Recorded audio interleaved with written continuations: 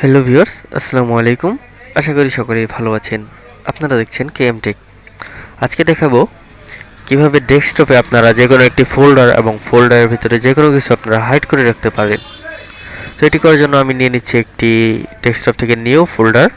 আর এটি রিনেম কিভাবে দেবো দেখুন, অল্টার চেপে অল্টার বাটন আমি চাপ দিয়ে ধরে রাখছি অ্যান্ড সাথে লিখছি 0160। তো 0160 লেখার পর আমি অল্টার বাটনটি ছেড়ে দিচ্ছি। এরপর একটি ইন্টার ক্লিক করে দিচ্ছি। দেখুন আমার ফোল্ডারে কিন্তু নেম নেই কোনো।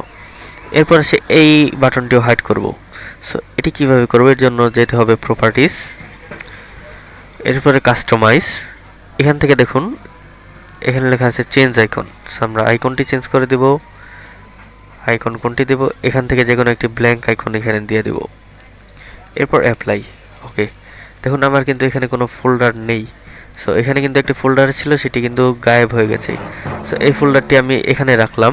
সো আমি যখন এখানে ডবল ক্লিক করব এই ফোল্ডারটি কিন্তু ওপেন হবে। আমি চাইলে কিন্তু যে কোনো কিছু এই ফোল্ডারের ভেতরে নিয়ে রাখতে পারি। সো এগুলো কিন্তু হাইড হয়ে গেছে। এখন আমি চাইলে এখানে ক্লিক করে এইগুলো আমি দেখতে পারবো। আর আমার যদি মন চায় এই ফোল্ডারে যে কোনোভাবে আবার পরবর্তীতে কাস্টমাইজ করতে পারবো। সো এভাবে কিন্তু আপনারা যে কোনো একটি ফোল্ডারকে হাইড করে রাখতে পারেন এবং ভেতরের জিনিসগুলো কেউ দেখতে পারবে না, ফোল্ডারটি কোথায় আছে সেটাও কেউ জানতে পারবে না। আর যদি কখনো খুঁজে না পান, এইভাবে ফুল স্ক্রিন সিলেক্ট করে এই ফোল্ডারটি আপনারা খুঁজে পেয়ে যাবেন।